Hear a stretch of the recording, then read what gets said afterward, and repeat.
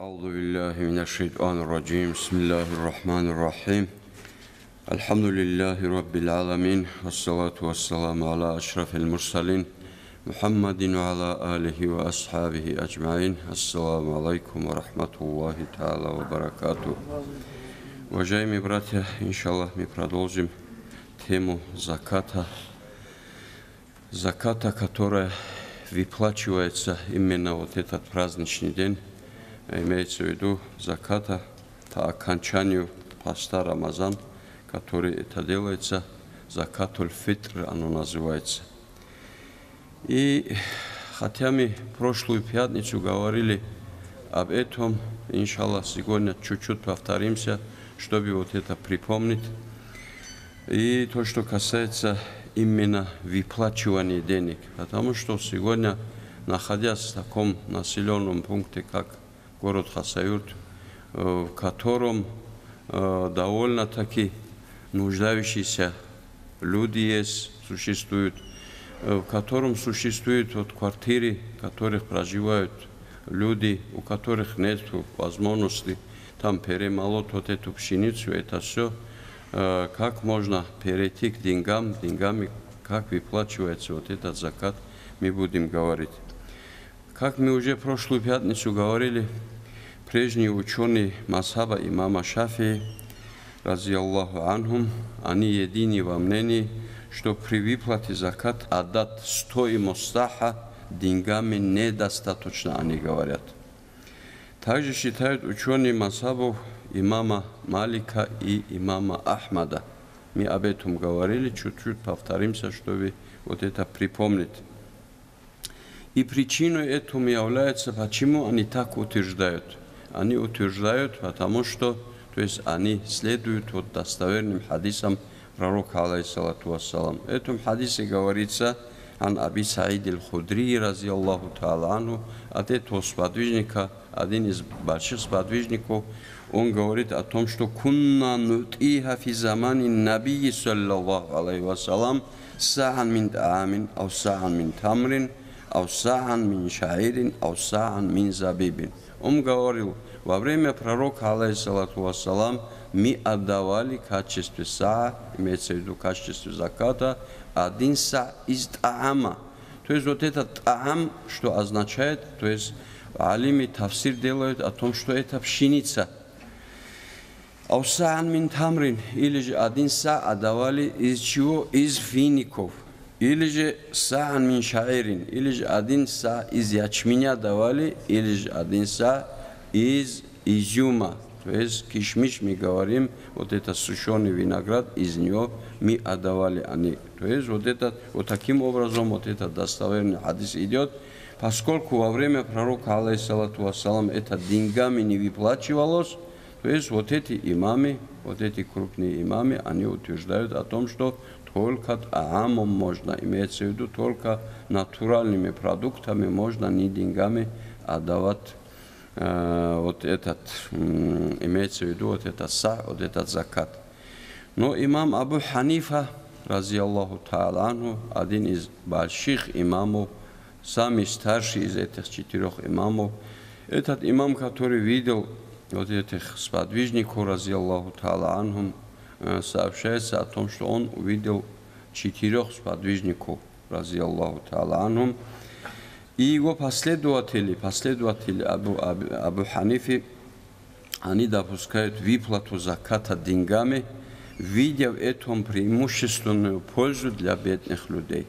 Вот сегодня, если по нашим меркам, если это взять, оно в действительности так оно получается, потому что преимущественная польза для этих бедных людей существует сегодня в наших вот этих населенных пунктах деньгами.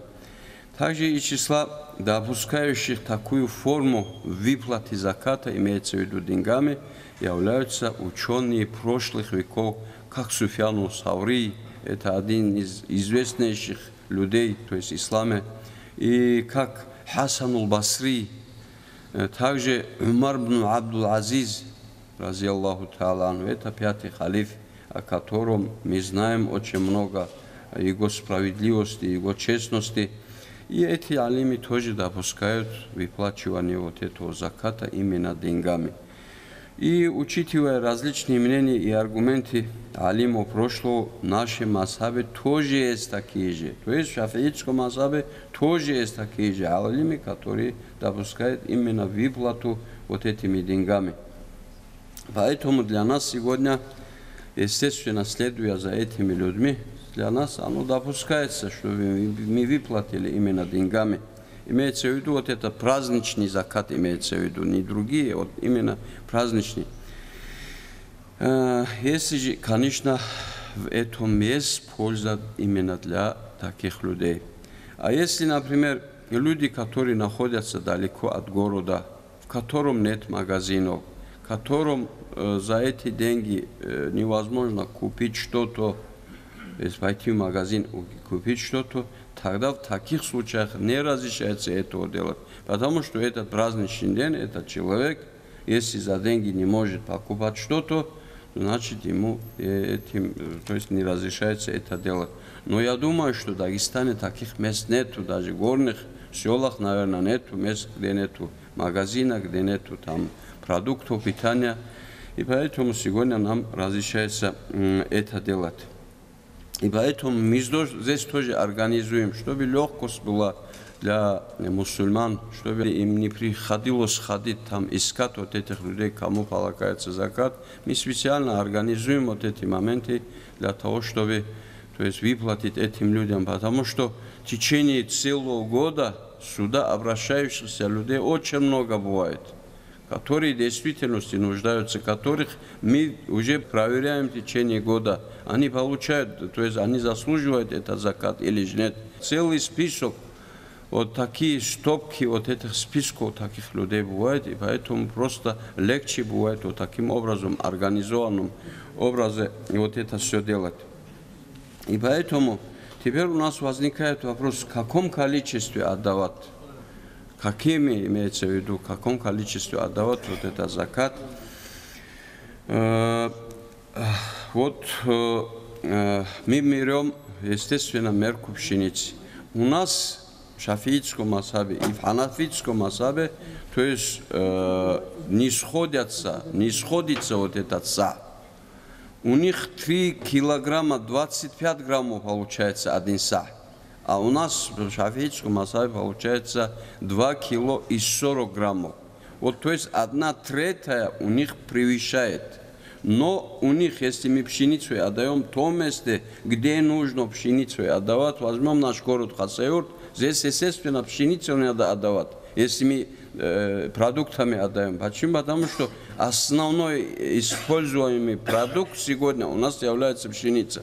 Потому что здесь ни кукурузу, ни ячмень, ни рис основным этим не используется. Мы используем пшеничную муку. Ход то есть ханафитском мазхабе вот это са превышает, но у них, если пшеницу отдается, в ханафитском мазхабе у них можно отдавать полса. И поэтому здесь сходство, то есть разницы нету здесь, чтобы, например, оценивать вот эту пшеницу их меркой или же нашу меркой, здесь почти разницы нету. Но мы к людям обращаемся, и мы людям говорим, что хотя бы ту сумму, если пшеница, например, стоит сегодня 10-15, например, рублей, самая лучшая пшеница, если стоит, если 2 кило и 40 граммов, это получается где-то 30 рублей. То есть сегодняшними этими деньгами, но все-таки мы говорим 50 отдай, 100 отдай. Почему? Потому что за 30 рублей, если вот, например, человек возьмет 30 рублей и пойдет какой-нибудь магазин или какой-нибудь столовую, кафе, он не сможет за это хотя бы один раз, то есть себя накормить. Поэтому, чтобы он тебя хоть мог накормить, вот, например, у нас точно обычно принято, вот, когда рабочих мы нанимаем, и в качестве обеда, там, строителей, допустим, мы где-то 100-150 рублей, по-моему, вот, в течение дня на обед мы им для них выделяем. Поэтому хотя бы, вот, чтобы один раз этот человек мог себя накормить, вот такую сумму, хоть деньгами, хотя бы 100 рублей, естественно, очень желательно, очень лучше будет отдавать, хотя от нас этого не требуется. И то, что касается намерения отдающего, вот мы поняли, сколько, то есть, что можно нам деньгами это выплачивать. Мы поняли о том, что именно вот этот праздничный день до намаза, это очень желательно. Также мы говорили о том, что преждевременно, предварительно, об этом мы тоже будем говорить, предварительно тоже можно отдавать. И то, что касается намерения вот этого саха, естественно, каждый амал человека принимается согласно его намерению. Намерение обязательно, потому что пророк, алейхиссалату вассалам, сказал: «Иннамал амалу бинияти, ва иннама ликулли мриин ма нава». То есть воистину все деяния принимаются согласно его намерению. И каждому человеку будет то, что, то есть имеется в виду воздаяние каждому человеку будет согласно его намерению. Если просто ради адата он делает, он от Аллаха ничего не получит. Он свой адат получил и все. То есть вот это нужно чистым, искренним образом ради Всевышнего Аллаха. Из-за того, что Аллаху Та'ала на нас возложил вот это, то есть вот таким чистым намерением нужно это делать и с намерением таким, чтобы мы могли обеспечить вот этих нуждающихся людей. Значит, человек делает такое намерение. Это мой обязательный закат по окончанию поста. Со своего навса он говорит. Со своего навса. А если, например, он отдает от своей жены, например, он говорит: я намерился отдать обязательный закат по окончанию поста со своей жены Фатимат, например, или же Хадиджат, или же Аминат, то есть называя ее, то есть имя, вот таким образом отдает он. Или же за своих детей, например, несколько детей, не достигших вот этого зрелого возраста, например, каждого он называет с этого, таким образом он выплачивает закат. Если же человек, очень много вопросов именно связанных вот этим закатом бывает, поэтому я вот думаю, что нужно, оно требует вот этого полного разъяснения. Например, у человека бывают дети, недееспособные дети, хоть взрослый, например, инвалид ребенок, которого родители обеспечивают всем. Когда с него выплачивают закат, он не обязан от него разрешения требовать. Если не дееспособный. А если дееспособный ребенок будет, взрослый ребенок, например, 20 лет, его сыну, и он дееспособный, он может работать, но он не работает. Тогда, если же родитель с него это дает, отец дает, он должен что делать? Спросить у него разрешение. Вот это разница. Если маленькие дети, если жена, то есть от жены он разрешение не должен взять. Почему? Потому что он обязан и так ее обеспечивать. Поэтому с них разрешение не нужно брать. У нас очень много вопросов бывает. Жена разрешение не дала, значит нельзя. Такие вещи не бывают. Если я обязан обеспечивать этих людей, которые мы перечисляем, значит ты обязан за них выплатить и сам. А если взрослый ребенок, который, то есть дееспособный ребенок, у него спросите разрешение. Себя я выплачиваю закат. Разрешаешь ты мне или же не разрешаешь? Если он скажет, что я сам буду делать, тогда пускай сам делает. Таким образом это делается. То, что касается преждевременно, то, что выплачивается предварительно, то есть вот этот закат можно выплатить предварительно, когда с начала месяца Рамазан. Мы сегодня имеем право выплатить вот этот закат. Если ты не хочешь его перенести именно вот этот день, вот этот праздничный день, сегодня вы свободно можете найти этих людей или человеку, который занимается этим сбором, к нему обратиться, выплатить сегодня закат можно. Но в нем тоже бывает свое определенное, имеется в виду намерение.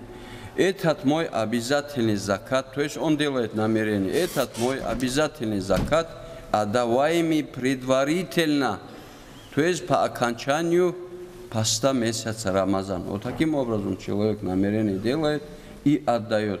Если кто-то, например, собирается в путь уехать куда-то, почему? Потому что он же здесь, как в качестве проживающего в нашем населенном пункте, он здесь это должен делать. Тот, если путь собирается, он преждевременно может вот это делать, не делать, выплатить это и уехать. опекуну несовершеннолетнего ребенка, например, у нас возникают такие вопросы, если несовершенный маленький ребенок, откуда у него может быть имущество? У него может быть имущество, потому что если состоятельный, богатый отец умер, то есть вот это наследство переходит этим маленьким детям. Значит, эти дети состоятельные. Но за них какой-то опекун бывает старший. То есть или же отец, или же другой кто-то, который, или же имам, например, указал ему какого-то опекуна. Вот этот человек, у него бывают, то есть свои определенные. Он за этих детей предварительно не имеет права выплатить. Он не имеет права выплатить. Почему? Потому что до того времени, пока наступит вот этот праздничный день, может любое что происходить. Поэтому эти люди не имеют права, которые у нас бывают люди, например, одержимые джиннами, умалишенные бывают. За них, за этих детей, то есть когда вот этот праздничный день приходит, вот тогда из имущества, их имущества он платит. А если сам выплачивает из своего имущества, он тогда имеет право преждевременно, предварительно за него тоже оплатить, он имеет право. Человек, на которого налагается вот этот закат, этот человек должен быть прежде всего мусульманином. То есть на кафиру оно не возлагается. Как мы уже ранее это говорили, на кафиру не возлагается, только на мусульман. И у этого человека должно быть полное владение. Полное владение, как это, например, милкул там говорится, полное владение. Допустим, у тебя какое-то помещение, ты отдал это помещение в аренду, каждый месяц, например, по 10 тысяч рублей, но ты преждевременно взял вот этот, имеется в виду арендную плату, за год взял, за 2 года вперед взял.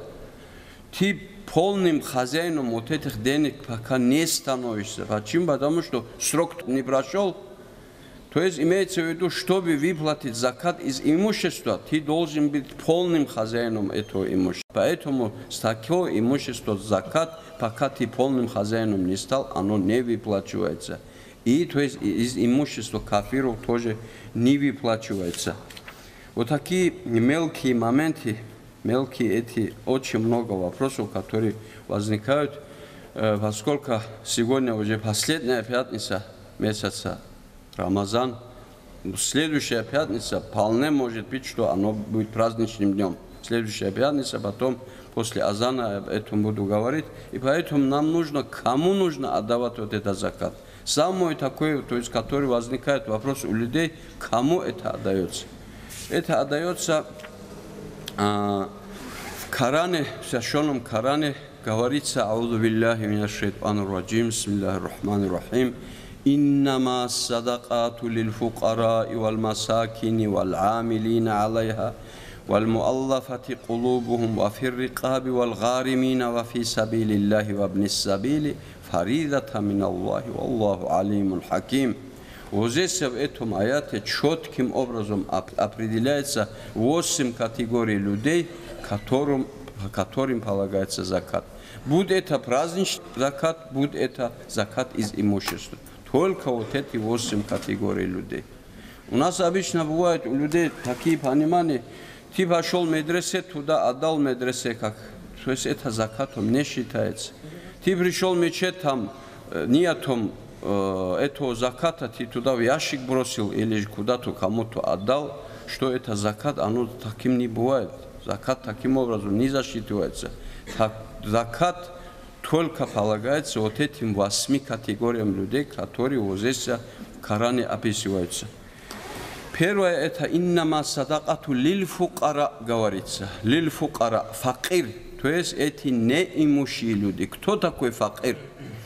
Неимущими считают людей, неимущих имущества, из которого они могут воспользоваться, имеется в виду пропитанием и другими моментами, и при этом не имеет какую-то работу. То есть нет у этого человека имущества, нет у этого человека и работы, которым он получает заработную плату. Вот этого человека, вот этих людей называют неимущим. То есть факир – это кто? нуждающийся, неимущий человек.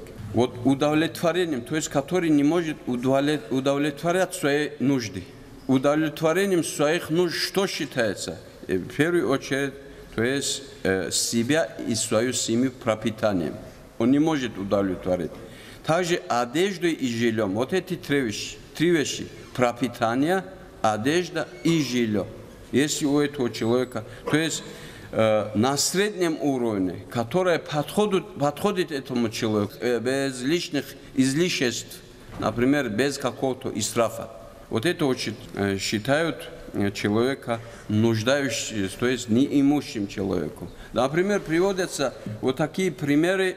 Допустим, если человек необходим для того, чтобы себя обеспечить, свою семью обеспечить, своих детей, жену и детей, чем пропитанием, одеждой и жильем. Если человеку, то есть в течение дня нужен, если 10 рублей, он если меньше 5 рублей зарабатывает, приходит каким-то образом, вот этого человека считают неимущим, факиром считают.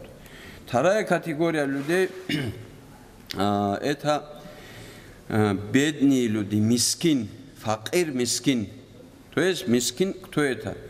Это человек, у которого есть какое-то имущество, и у которого есть какая-то работа.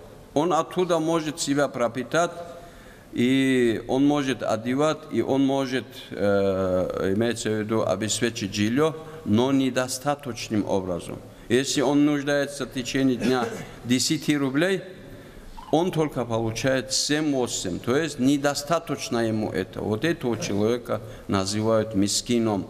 Вот по сегодняшним меркам, допустим, минимум, прожиточный минимум, если государство сколько, то есть определяет, там 6-7 тысяч рублей на каждую душу, если он меньше этого получает, если в семье, например, 5 человек, жена, он сам и 3 детей, допустим, маленьких детей, если он получает там 15 тысяч рублей заработную плату, этот человек кто будет? Естественно, мискин будет, потому что ему они недостаточны, потому что он должен платить за газ, он должен платить за электричество, он должен какие-то коммунальные услуги платить, все должен платить, себя должен пропитать, должен содержать и одежду этих детей, себя, свою жену, также он должен обеспечивать жильем. Если эти деньги недостаточны, значит он что-то получает. У него есть работа, которая регулярно получает оттуда какую-то заработную плату, но это недостаточно ему. Значит, этот человек будет мискин. Вот вторая категория людей. Третья категория «Вал-амилина алейха». «Вал-амилина алейха» говорится в Священном Коране. Это те люди, которые работают именно сбором этого имущества. То есть они что делают? Они ходят. Сегодня, конечно, их не существует, но шариатские и исламские времена они все время существовали. То есть они ходили по дворам, у каждого человека там пересчитывали их имущество, имеется в виду и скот, и другое, то есть они определяли, сколько на нем возлагается закат, они занимались сбором этого заката, и они распределяли вот этим нуждающимся людям. Значит, вот этим людям, из-за того, что они заняты именно этой работой, оттуда для них тоже выделялось. Но сегодня вот этой категории нет. Вот эти первые две категории, факир и мискин, сегодня есть, а вот эта третья категория сегодня нету. Об этих людях мы много не будем говорить, потому что их нету, то есть нужды, вот разъяснения этой категории у нас нету. Следующая, четвертая категория, ал-муаллафату кулубухум называют, то есть те люди, которые вот-вот приняли ислам.